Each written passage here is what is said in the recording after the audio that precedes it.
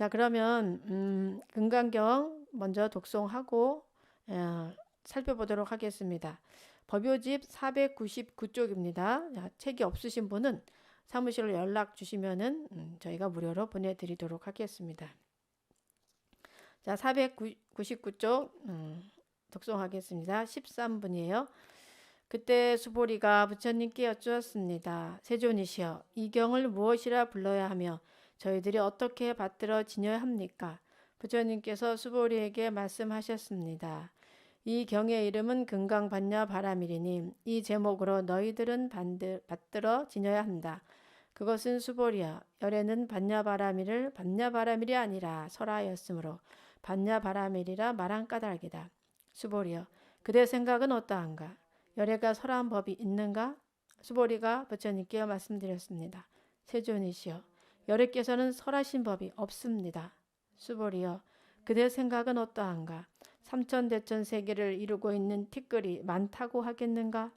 수보리가 대답하였습니다. 매우 많습니다. 세존이시여. 수보리여, 열애는 티끌들을 티끌이 아니라고 설하였으므로 티끌이라 말한다. 열애는 세계를 세계가 아니라고 설하였으므로 세계라고 말한다. 수보리여, 그대 생각은 어떠한가? 32가지 신체적 특징을 가지고 열애라고 볼 수 있는가? 없습니다. 세존이시여. 32가지 신체적 특징을 가지고 열애라고 볼 수는 없습니다.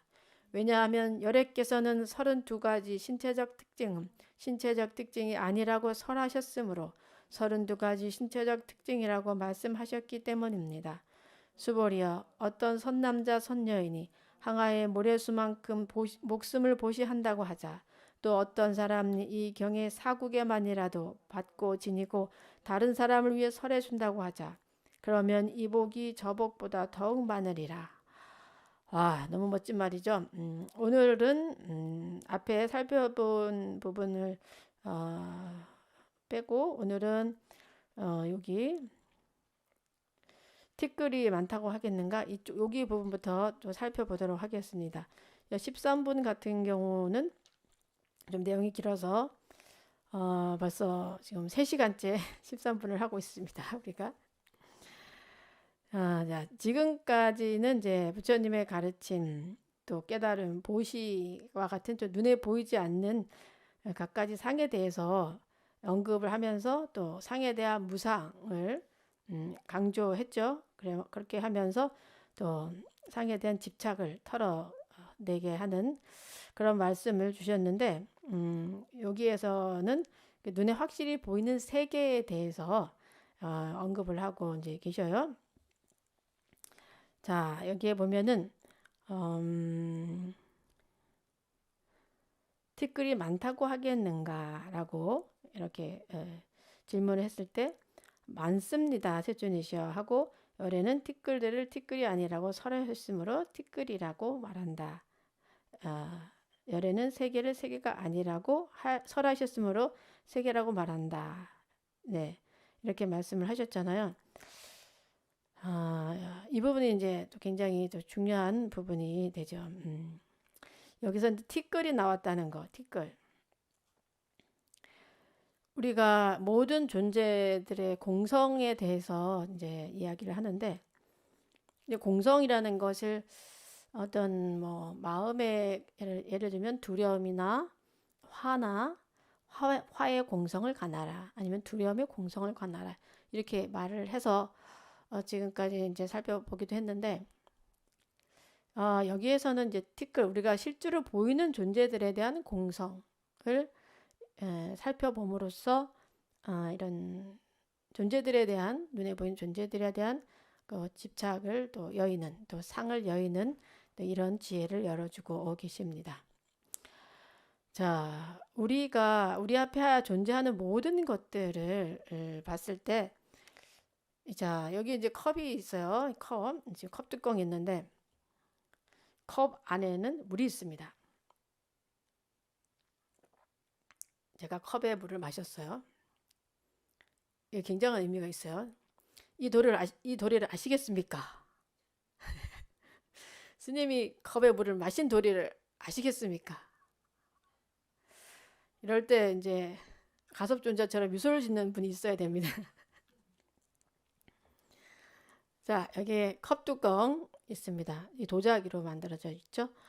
자, 이것을 우리가 실체를 알고 싶어서 이거 실체를 알고 싶어서 쪼갭니다.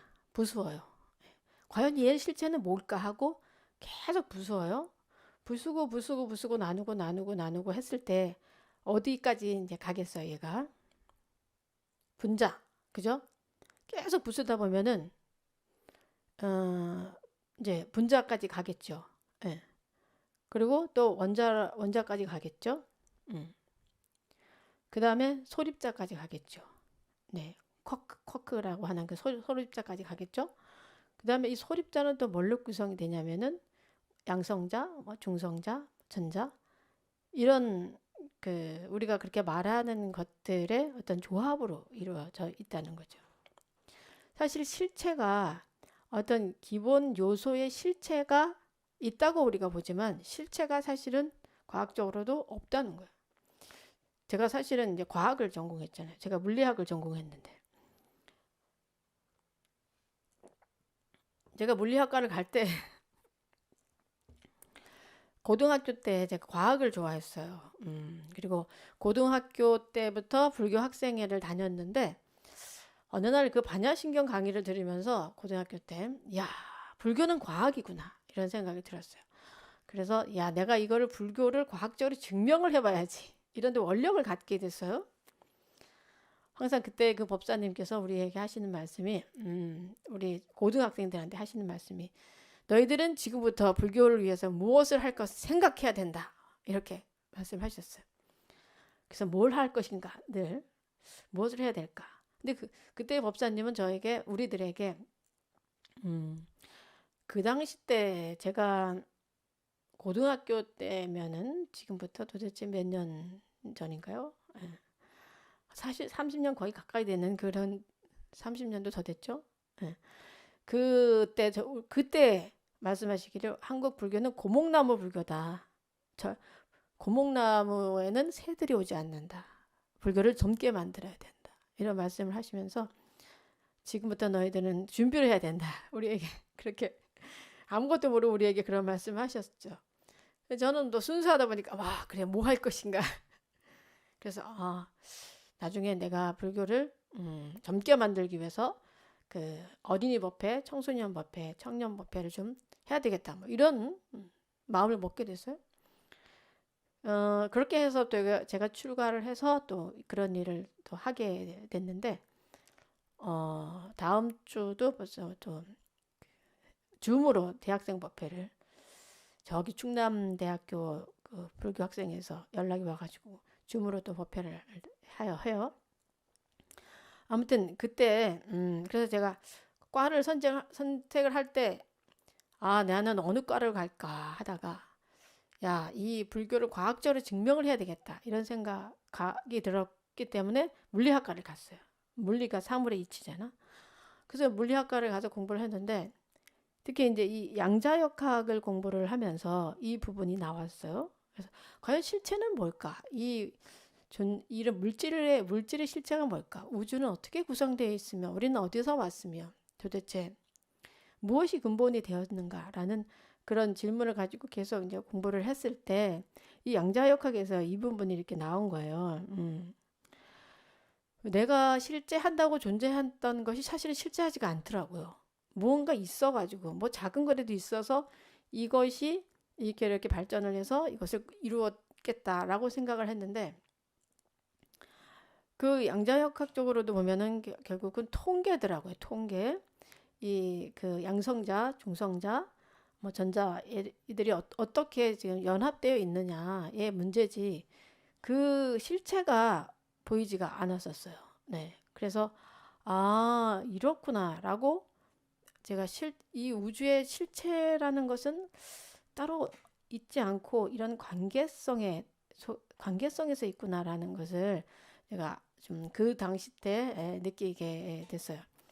근데 제가 그 물리학을 계속 공부를 하려고 했는데 왜 안 하게 됐냐면 이것도 사담으로 조금 흘러가는데 그 어느 원자 물리학 시간이었던 것 같은데 그 교수님이 그때 우주의 기원설에 대해서 말씀을 하셨어요. 한 네 가지 설이 쫙 이제 우주는 어떻게 구성되어 있다, 뭐 어떻게 뭐 창조설로부터 뭐 빅뱅설 비롯해서 쭉 설명을 하시고 하는 말씀이, 저는 그때 우주 대폭발설이나 뭐 그 진화론설이나 이것을 좀 맞다고 생각했거든, 과학적으로. 근데 그 교수님이 이런 말씀을 하셨어요. 이렇게 말씀하시거나 설명하고 나서 하시는 말씀. 이런 우주 기원설이 있지만 나는 개인적으로 창조설을 믿는다. 교수님이 거기서 다 무너졌어요. 야, 창조설을 믿는다면은 도대체 과학을 공부할 이유가 무엇이 있느냐? 아유, 여기선 공부한다는 거는 의미가 없다. 이제 그렇게 해서 제가 이제 그 물리학을 계속 공부할 거를 이제 포기를 했는데, 그렇습니다. 이렇게 우리가 생각하는 이 존재가 무엇이 있다고 우리는 생각을 하는데, 이 존재들은 다 인연화합이라는 거예요. 인연화합. 이 전자기장이 얼마나 거기에 그 미치느냐에 따라서 이런 그 것들이 형성이 되는 거지, 어떤 그 실체가 있어서 이루어진 게 아니라는 거죠. 네. 그러면 우리가 없다는 것에 들어가잖아요. 그래서 여기서 티끌이 나오는데, 티끌이 아니라고. 이 티끌이 우리가 생각하는 그 티끌, 우리 먼지라는 것이 실체가 있다고 생각을 하지만, 이 티끌이라고 하는 것이 사실은 우리가 생각하는 티끌과 실제 티끌은 다르다는 거예요. 제가 말씀드린 것처럼 우리가 보는 이 티끌이 어떤 실체한다고 보지만, 작은 게 실체한다고 보지만, 이것들이 실제로 보면은 그죠? 분자, 원자, 그 다음에 소립자. 그래서 그 소립자 안에 또 양성자, 중성자, 뭐 전자들의 어떤 화합에 의해서 이루어지는 그런 거라는 거죠. 그래서 티끌이 아니라고 설하셨으므로 티끌인 거예요. 우리가 생각하는 그 티끌, 우리가 관념으로 알고 있는 그 티끌이 아니다. 그것이 진짜 티끌인 거야. 네, 그렇게 설명을 하고 계시고, 또 열애는 세계가 아니라고 설하셨으므로 세계라고. 이 티끌들이 사실 모여서 조금씩 이렇게 모이면서 하나씩 이루어지는 거잖아요. 이 세계라는 것이 작은 그 분자, 원자, 또 소립자까지 들어가고, 그 분자들이 모이면서 어떤 형체를 구성을 하게 되죠. 그러면서 그것들이 또 다시 모여서 이렇게 세계를 구성을 하게 되는 건데, 우리가 생각하는 그 세계라는 것이 실제로는 세계가 아니라고 설해야 사실 세계라는 진짜의 세계를 알게 되는 거죠. 그래서 그 어떤 공의 도리를 알아야 진짜 안다고 알 수가 있는 거죠. 예. 우리가 존재한다고 생각하는 것들, 실제로 존재하는가? 네. 이거 굉장히 깊은 도리에 들어갔습니다. 자, 이게 공하다고 했잖아요. 공해. 왜냐면 쪼개고 봤을 때는 분자, 원자로 들어가고 또 소립자로 들어갔어. 아, 공하구나. 원래 실체가 없는 거구나. 이렇게 인연 화합된 거구나. 하지만 우리 눈에 보이는 이 컵은 존재합니다. 그죠? 예. 컵이라는 게 존재하고, 이 컵이 존재하기 때문에 제가 물을 먹었어요. 여기서 신통묘용한 작용이 지금 생긴 거예요. 예. 그 진공묘유죠. 진공묘유. 공한 가운데 묘한 작용이 있는 거죠. 네. 이 컵을 만들면 있어서도 누군가의 그 마음이 들어갔죠. 마음으로 이렇게 이런 컵을 이렇게 만들어야 되겠다 하고 마음을 넣어서 이렇게 만들었기 때문에 내가 물을 넣어서 먹을 수가 있는 거죠. 만약 컵을 이거를 뭐 접시처럼 만들었다 하면 물을 마실 수가 없겠죠. 그래서 우리가 실제로 보는 눈으로 보는 것들에 이 작용들이 있어요. 이 작용들을 보되 이 여기에 집착이 되면 안 되고 이것의 공성을 동시에 관해야지 참되게 그 존재를 이해한다고 할 수가 있는 겁니다. 네. 공돌이를 안 가운데서의 신통묘용한 작용을 우리가 좀 볼 때, 네. 집착되지 않는 그런 그 광활한 마음을 또 가질 수가 있겠죠. 그래서 그 우리가 생각하는 그 세계라는 것이 우리가 과연 집착할 만한 것인가? 네. 뭐 물건도 마찬가지고 뭐 우리 보이는 사람도 마찬가지이죠. 네. 내가 좋아하는 사람, 내가 사랑하는 사람에게 우리가 애착돼 있고 집착돼 있는데 이 몸이라는 것 또한 인연 화합에 의한 모습일 뿐이지 인연 화합이 흩어지면 이 몸조차 사라지죠. 그래서 우리가 이 몸을 여의는 날이 오잖아요. 그러니까 사대가 다 흩어지는 날, 지수화풍이 다 흩어지는 날 우리의 이 몸이라고 생각하는 알고 있는 이것이 또 다 사라지게 되죠. 네. 자, 그 다음에 그대 생각은 어떠한가? 32가지 신체적 특징을 가지고 열애라고 볼 수 있는가? 없습니다. 세존이시여. 32가지 신체적 특징을 가지고 열애라고 볼 수는 없습니다. 라고 진행이 여기서 이제 되는데요. 이것 또한 즉비 논리가 다시 시작되는 거죠. 그것을 부정함으로써 그 실체를 드러냅니다. 그래서 반야바라밀이 아니다. 네, 티끌이 아니다. 세계가 아니다라고 말씀을 하셨는데 이것이 이제 와서는 부처님의 30 이상 80종호까지 30 이상이 아니다라고 이렇게 또 부정을 하는 거죠. 이 부정을 통해서 또 실제를 드러내는 겁니다. 부처님께서 30 이상의 상호, 아름다운 상호를 갖추신 것은 어떻게 갖출 수 있었냐면은 오랜 세월 동안 또 무주상보시의 그런 수행, 보살의 그 바람일 수행을 했기 때문에 그런 상호를 갖추게 됩니다. 30 이상을 갖춘 사람이 있다면 그 사람은 전륜성왕이 되거나 또 이 생에서 깨달음을 얻은 부처가 된다라고 이렇게 보고 있잖아요. 왜냐하면 그만큼 그 과거세의 그 무주상보시 나를 생각하지 않고 매이지 않고 상에 매이지 않고 다른 사람들을 위해서 그 공덕을 지었기 때문에 그런 상호를 얻을 수가 있는 거죠. 네. 우리가 살다 보면은 정말 일이 안 될 때가 있어요. 마음이 참 힘들 때도 있고, 뭐 극단적인 마음으로는 막 이런저런 사연에 의해서 막 그 자살을 하고 싶은 그런 충동을 느낄 때도 있죠. 우리가 살다 보면은 그럴 때 어떻게 해야 될까? 예. 여러분들 혹시 그런 생각 해본 적 있어요? 자살 충동을 느낀 적 없겠죠? 있을까요?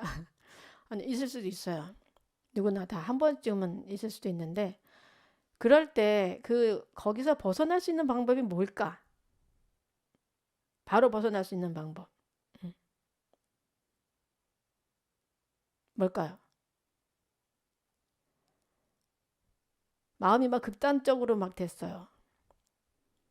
내가 화가 너무 많이 난다거나 어떤 상황에서 벗어나고 싶거나 막 그렇게 했을 때, 그럴 때 가장 벗어날 수 있는 쉬운 방법은 어, 공덕을 짓는 거예요. 공덕, 공덕.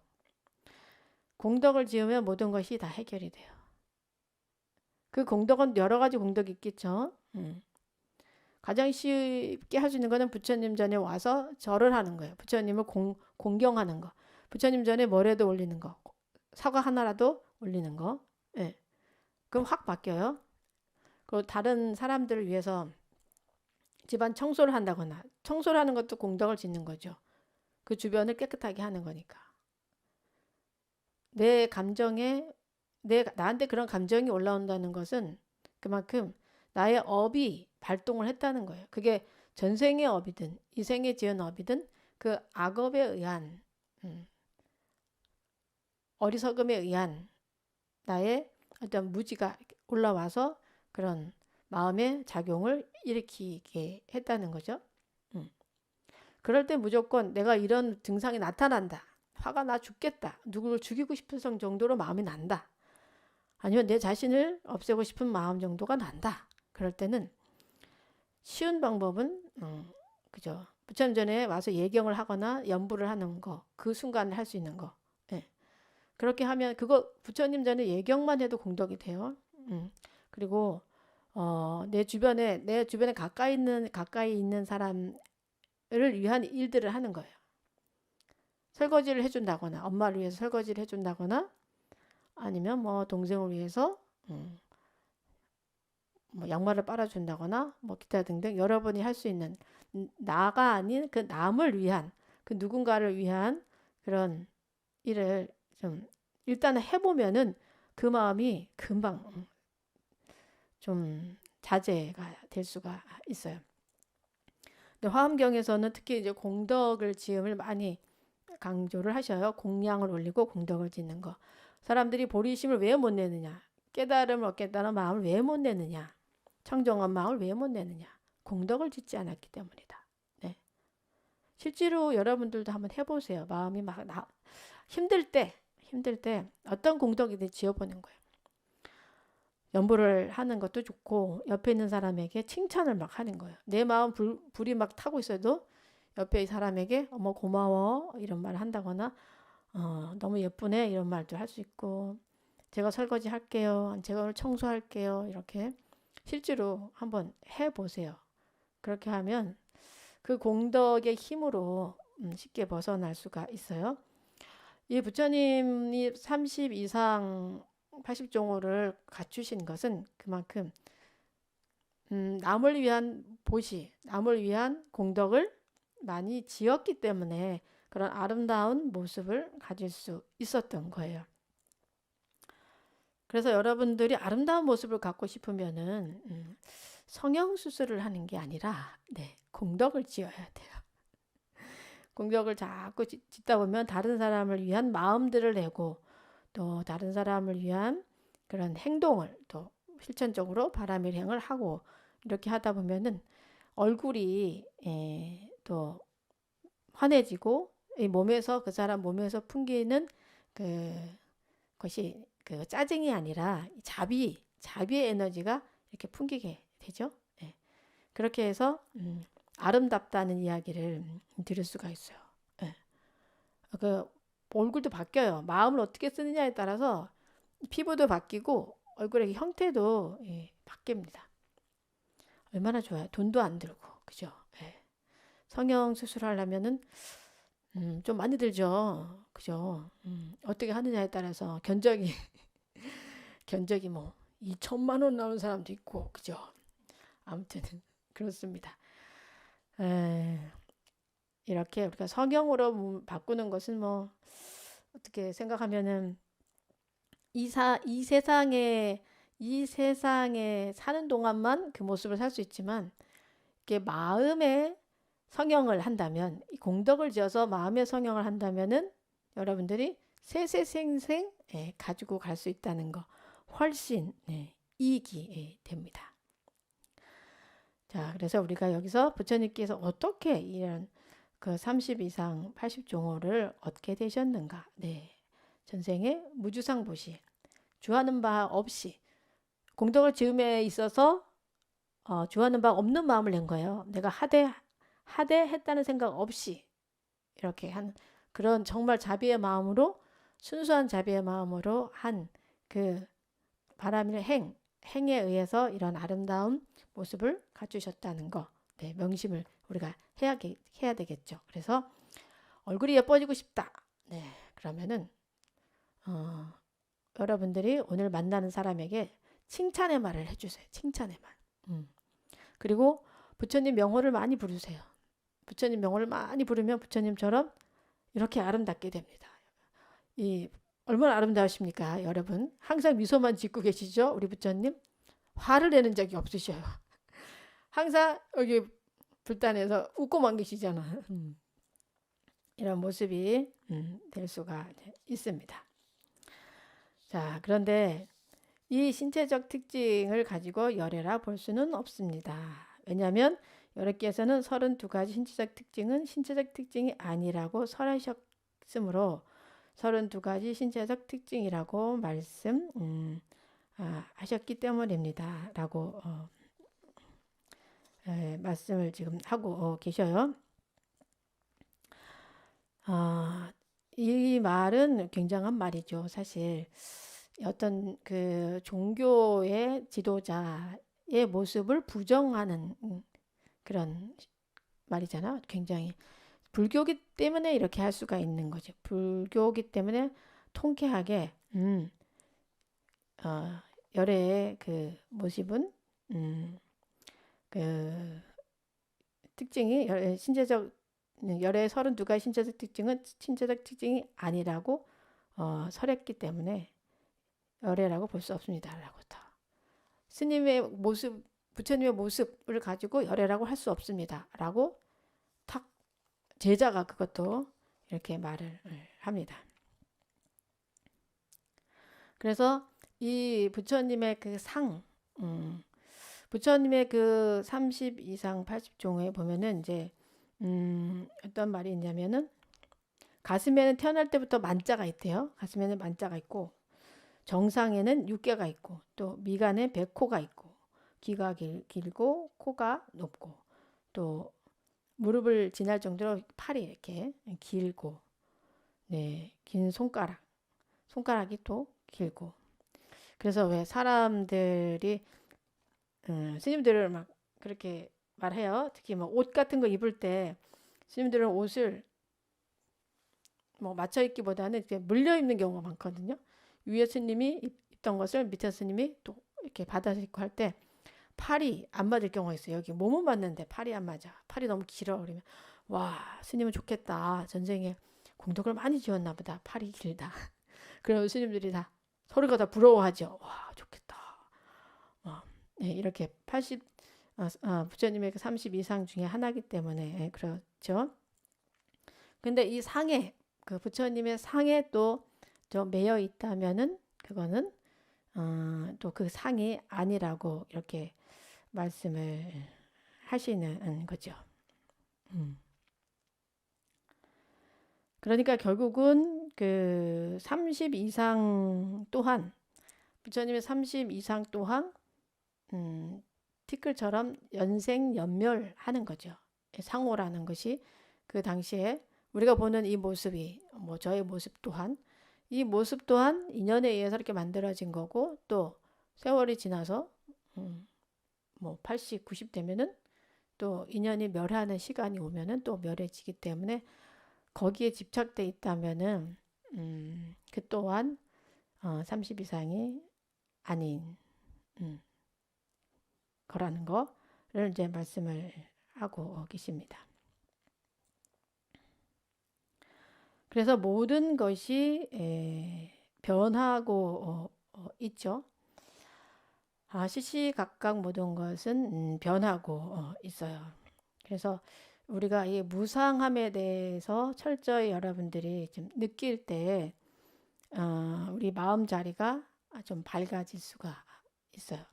어떤 것을 잡고 있다면 무엇이 영원할 거라고 잡고 있다면 그때부터는 고통이고 영원하지 않다는 것을 받아들일 때 마음의 평화가 옵니다. 사랑도 마찬가지죠. 남녀 간의 사랑이라던가 뭐 친구 간의 어떤 우정도 마찬가지고 모든 것은 변하기 때문에 무상이 없을 무자에다 항상할 상자잖아요. 항상하지 않다는 거죠. 예. 변화한다는 것을 여러분들이 또 인정을 해야 되고 또 변하기 때문에 그만큼 희망이 있는 거예요. 예를 들면 내가 어떤 친구와 사이가 안 좋았다. 그 영원히 안 좋을 수는 없어요. 이 친구가 나에 대한 마음이 안 좋았다 하더라도 시간이 지나면 또 마음이 바뀌어서 무상하기 때문에 또 나에 대해서 좋은 마음을 가질 수도 이제 있는 거죠. 객진번뇌라는 말이 있어요. 객진번뇌. 뭐냐면 길을 떠난 나그네가 여간에서 하룻밤을 묵고 다음날 또 행선지를 향해서 떠나죠. 예, 객진번뇌. 객이에요. 번뇌는 객이라는 거예요. 예. 나그네가 오면 그 여간에 와서 잠깐 머물고 하룻밤을 자고 가지 주인은 떠나지를 않죠. 예. 그와 같이 번뇌라는 것은 우리의 본 모습이 아닌 거죠. 우리의 참 모습이 아니라 왔다 갔다 하는 이런 객과 같은 그런 이제 작용이라고 해야 되나? 네. 그런데 우리는 어떻게 생각해요? 그 번뇌가 나라고 생각하죠. 화나는 나, 화가 난 나가 이게 나다라고 생각하고 거기에 막 매여가지고 화를 내야지. 화를 안 내면 내가 아니지. 이걸 보여줘야지. 이 마음의 작용, 번뇌의 작용을 보여주고 싶어하는 그런 성향이 우리가 좀 있습니다. 그래서 화가 나고 뭔가 막 올라올 때 평화롭지 않은 마음이 나올 때 얘는 지나가는 여행자다. 이렇게 생각을 해야 돼요. 원래 나는 고요하고 원래 나는 지혜롭고 원래 구족되어 있는 게 원래 나다. 그게 우리가 말하는 부처님의 성품, 불성이죠. 그것이 나다. 막 괴롭고 불안해하고 하는 이게 나가 아니다. 얘는 잠깐 왔다가 가는 아이다. 예. 이렇게 관을 하셔야 돼. 예. 사실 그렇게 하려면은 여러분들이 이제 그 수행을 통해서 많이 또 없애는 그 작용, 없애는 일들을 좀 하기도 해야지 그게 쉽게 되는데 한 순간에 한 찰나에 그 자리를 볼 수만 있다면은 굉장히 수승한 사람이죠. 그 육조 해능 스님은 금강경 응무소주 이생기심 그 얘기를 듣고 곧바로 그 자리에서 탁 한 소식을 하셨잖아요. 네. 그렇듯이 우리도 그렇게 할 수가 있는 거죠. 원칙적으로. 불안함이 올라올 때, 화가 막 올라올 때, 와, 이거는 내 모습이 아니야. 이거 참나가 아니야. 이건 참나가 아니야. 지나가는 객이야. 이렇게 여러분들이 생각을 하시고 그 객을 자꾸 떠나보내는 그런 수행들을 하셔야지만 좀 편안하게 살 수가 있습니다. 자, 시간이 지금 어떻게 됐나? 오, 20분밖에 안 남았어요. 자, 그 다음에 수보리야 어떤 선남자 선여인이 항아의 모래수만큼 목숨을 보시한다고 하자. 또 어떤 사람 이 경에 사국에만이라도 받고 지니고 다른 사람 위에 설해준다고 하자. 그러면 이 복이 저 복보다 더 많으리라. 와, 너무 좋은 말이죠. 목숨을 보시를 해요. 항아의 모래수만큼. 목숨을 한 번 보시하는 것도 아니야. 항아의 모래수. 저 겐지스강, 인도의 겐지스강의 모래가 얼마나 많습니까? 그렇게 많은 수의 그 모래만큼이나 목숨을 내가 보실하는 거예요. 계속. 내 목숨 바쳐서 누굴 도와주고 이렇게 하는 거죠. 그 일을 어, 항아수만큼 했더라도 이 금강경의 사구계를 내가 받아 지니고 또 다른 사람을 위해서 설해주는 그 복이 공덕이 더 크다는 거예요. 이 가성비가 너무 좋죠, 여러분. 가성비가. 근데 여기서 과연 사구계를 받고 지니고 사구계를 받고 지닌다는 것은 그만큼 이 사구계대로 내 삶을 실천한다는 거예요. 남한테 그냥 전해주는 것만 하는 게 아니라 이런 말이 있어. 금강경에 억무소주 이생기심처럼 좋아하는 바 없는 마음을 내라 뭐 이런 거 사구계들이 있는데 그 사구계를 이런 말이 있어라고 전해주는 그냥 단순히 전해주는 정도가 아닌 거예요. 이것이 이루어지려면은 여러분들이 이 삶 속에서 이 사구계를 실천을 해야지 돼요. 실천을 하고 나서 누군가에게 전해줄 때 이것이 제대로 전해지는 거지. 내가 실천하지 않고 그냥 말만 전해준다고 해서 제대로 이게 되느냐? 잘 안 되죠. 확실히 아는 사람이 그 말을 했을 때는 믿어지지만 확실히 모르는 사람이 그런 말이 있대라고 할 때는 듣는 사람도 그거를 실천을 하려고 하는 그런 마음 자세가 안 나오죠. 예.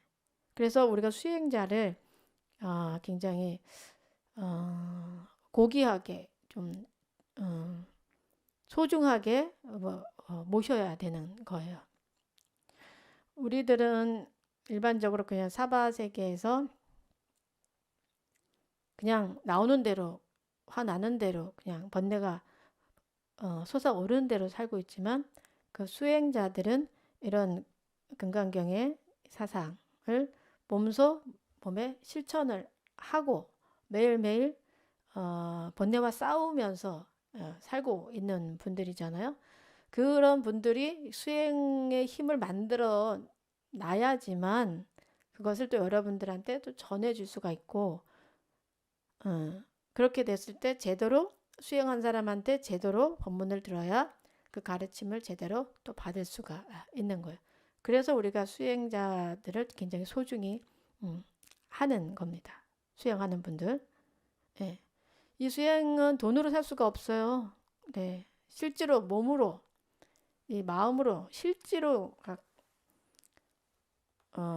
정말 열심히 싸워야지만 그거를 이길 수가 있어요. 번뇌랑 싸우고 내 업과 싸우고 남하고 싸우려고 하지 마세요, 여러분들. 내 번뇌와 싸워야 돼요. 남하고 싸워봤자 피해만 커요. 서로 상처만 입어요, 서로가. 왜냐 그 사람도 수행이 안 됐고 나도 수행이 안 됐기 때문에 싸워봤자 서로가 서로 물어뜯고 핥히고 하면서 서로 상처만 입힐 뿐이지 절대 여러분들이 이길 수 없어요. 네. 누가 이기는 사람이 나오지가 않아. 싸움은 나와 자신과 해야 돼요. 나의 번뇌, 나의 업장, 올라온 나의 업과 싸워서 화가 막 날 때 요놈 내려가라 하고 망치로 톡 두들겨 줘야 돼. 화가 날 때. 그래서 제가 옛날에 그런 말씀을 드리는 뿅망치를 준비해라. 그래가지고 뿅망치를 딱 지금 마음에 뿅망치를 준비해서 마음에서 화가 올라오는 놈 요놈 하고 두들기고 또 미워하는 마음 나오면 요놈 하고 두들기고 그렇게 계속 내 마음속에 일어나는 번뇌들과 함께 이렇게 막 싸워야지. 다른 사람하고 싸우는 거 시간 낭비예요. 다른 사람하고 싸워가지고요 답이 안 나와요. 왜냐면 다 자기의 업의 눈으로 보는 거예요. 업의 눈으로 보기 때문에 아무리 내가 설명을 해도 안 받아들여요. 그 사람은 업이 그렇게 보이지 않으니까. 사실을 말해도 의심의 눈을 가지고 있으면은 계속 의심으로 봐. 아, 그게 아니라 이래서 이렇게 된 거예요. 해도 아니에요. 당신은 이런 마음을 가지고 있었어요. 그래서 이렇게 한 거죠. 하는 거예요. 그걸 어떻게 해결할 거예요? 해결 못 해요. 불가능해. 거기에다 시간을 쓴다는 것은 의미가 없어요. 물론 우리가 살면서 오해가 생겼을 때는 서로의 마음을 전해서 이것을 어느 정도는 이제 해야 되지만 그걸 하지 말라는 건 아니에요. 네, 서로가 오해가 있을 때는 서로 풀고 솔직한 마음을 전해야 돼요. 솔직한 마음을 전했음에도 불구하고 그 사람이 믿지 않는다면은 그거는 더 이상 내 일이 아닌 거예요. 그 사람의 일인 거예요. 그 사람의 눈이 의심의 눈이 있다면은 계속 의심의 눈으로 볼 수밖에 없어요. 제가 안경을 썼는데 만약에 여기 빨간색이 칠해져 있다면 세상이 다 빨간색으로 보일 수밖에 없어요. 안경을 닦아야 돼요. 방법은. 안경을 닦아야 있는 모습 그대로가 이건 파란색이구나, 빨간색이구나, 노란색이구나 보이지. 그 사람의 안경이 빨간색이라면 모든 세상이 빨갈 수밖에 없어요. 아무리 이쪽에서 이거 노란색이야 라고 주장을 해봤자 이 사람은 계속 빨간색으로 자기는 빨간색을 보기 때문에 어떻게 해? 그냥 빨간색인 거예요. 그렇기 때문에 이렇게 시비를 한다는 거, 네가 옳다, 내가 옳다 이렇게 시비한다는 것이 의미가 없어요. 왜냐하면 그 사람이 안경이 닦여지기 전까지는 그냥 빨간색으로 보일 수밖에 없다는 거. 대신 내가 닦아줄 수 있어요? 못 닦아요. 내가 남의 안경 닦아줄 수 있어요? 안 돼요.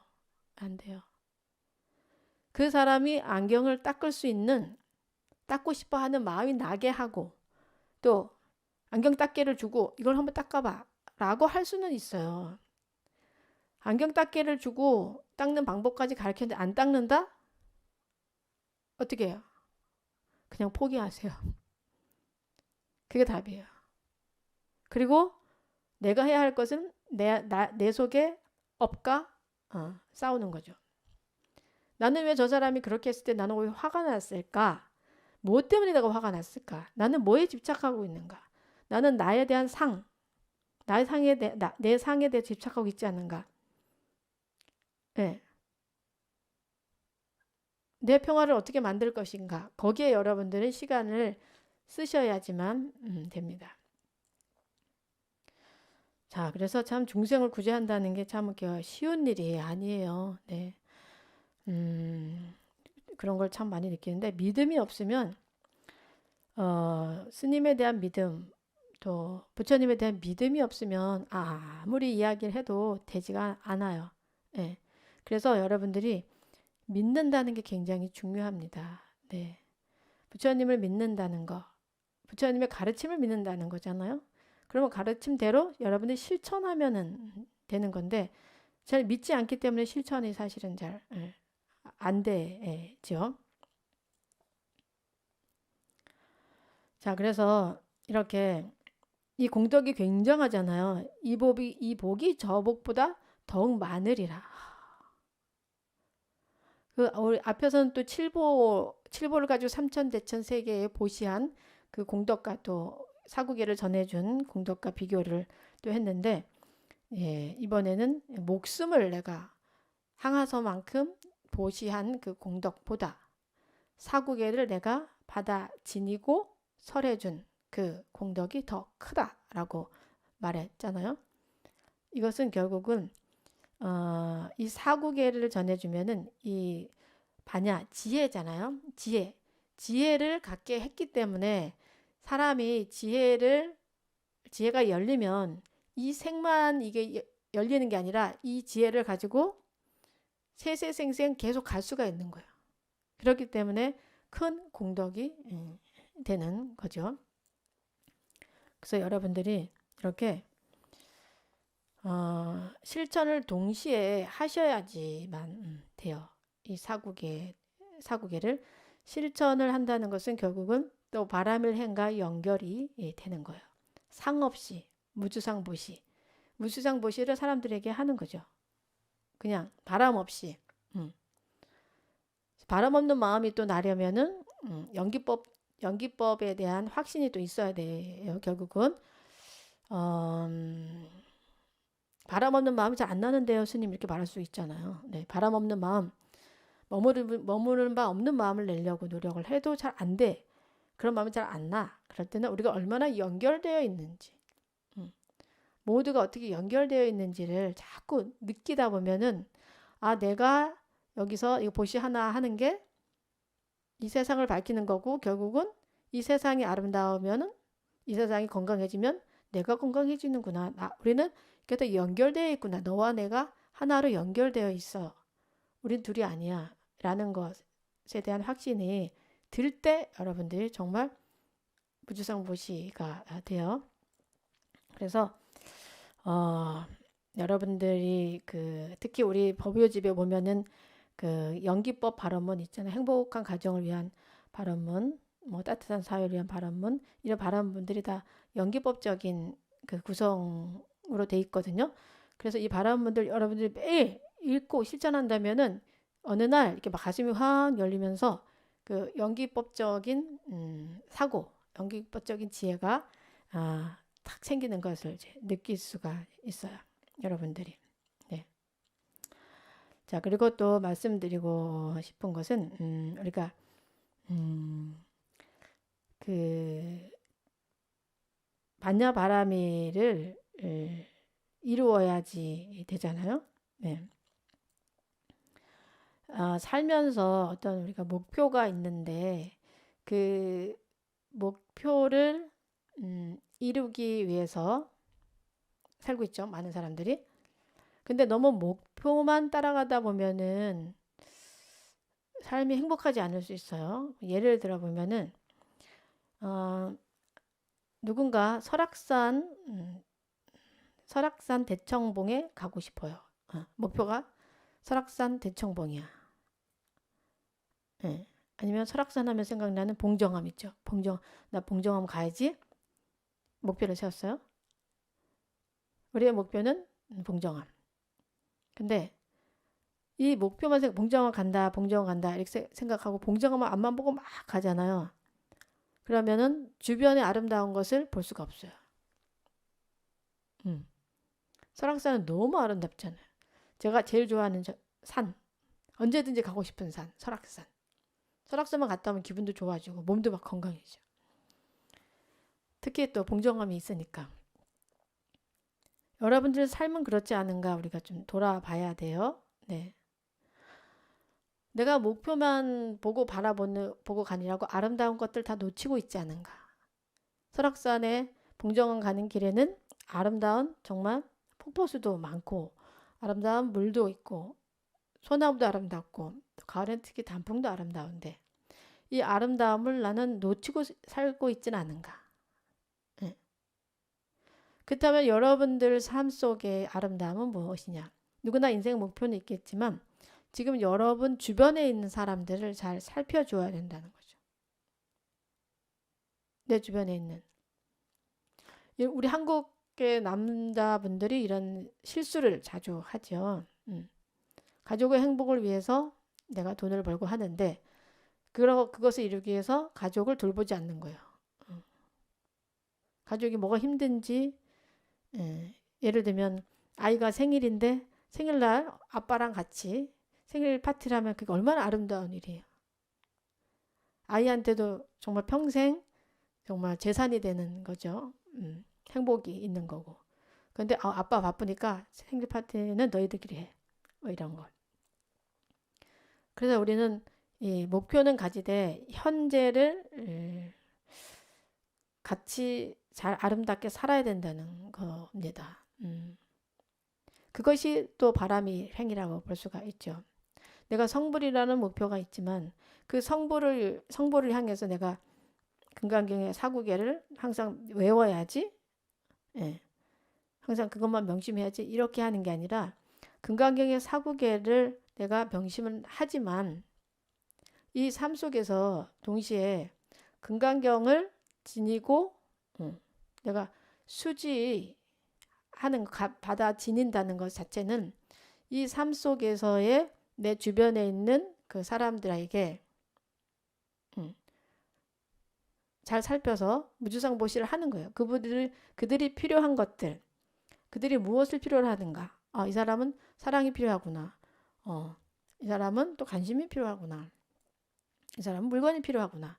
그래서 우리가 주변을 잘 살피면서 또 우리가 즐길 수 있는 아름다운 그런 시간들, 네, 아름다운 시간을 같이 보내면서 주변 사람들과 아름다운 시간을 보내면서 그 목표를 향해서 갔을 때 정말 충만되고 목표점에서도 후회하지 않는 그런 삶을 살 수가 있다는 거죠.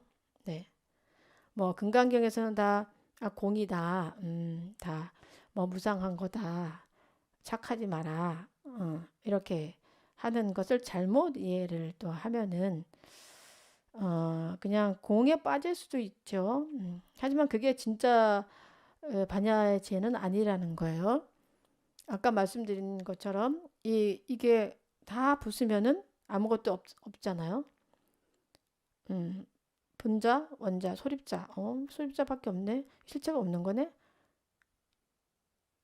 그러고 그냥 거기서 빠져버리면 안 됩니다. 이렇게 예, 물컵이 되어가지고 다른 사람이 물을 이렇게 마실 수 있게 물을 마셔서 몸을 건강하게 할 수 있는 그런 우리가 되어야지 된다는 거죠. 그것은 바로 보살행과 연결이 되는 거죠. 주변에 있는 사람들을 내가 도와준다는 그런 상 없이, 즉 무주상 보시죠. 무주상 보시대로 내 삶을 실천해 갈 때 진정 그것이 이 금강경의 사구계를 내가 실천하는 것이고 또 이런 실천을 통해서 그 사람들에게 이렇게 가르쳐 줄 수가 있는 거죠. 예, 내가 감동을 줘야지 상대가 그것을 받아들이지 감동을 주지 않으면은 받아들여지지가 않는다는 거죠. 네. 나부터 무주상보시를 실천을 이렇게 하는 거죠. 뭐 아이들에게 야, 너 나중에 엄마 잘해줘야 된다 그렇게 하는 게 아니라 그것은 주함이 있는 보시죠. 나는 너가 건강하기만 해도 좋겠어. 엄마는 바라는 게 없어. 너가 엄마가 이렇게 준 사랑을 또 세상을 향해서 너가 펼칠 수만 있으면 좋겠다. 이렇게 이런 마음 자세로 한다면은 바로 이제 그것이 반야바라밀 금강 같은 반야바라밀을 몸에 체득을 해서 지금 이 순간을 살아가는 그런 사람이 될 수가 있습니다. 자, 얼마나 멋집니까? 항아사 모래알 만큼 목숨을 보시한 그 공덕보다 금강경 사국의 하나를 내가 받아 지녀서 실천을 하고 또 남에게 전해주는 그 공덕이 더 크다는 거.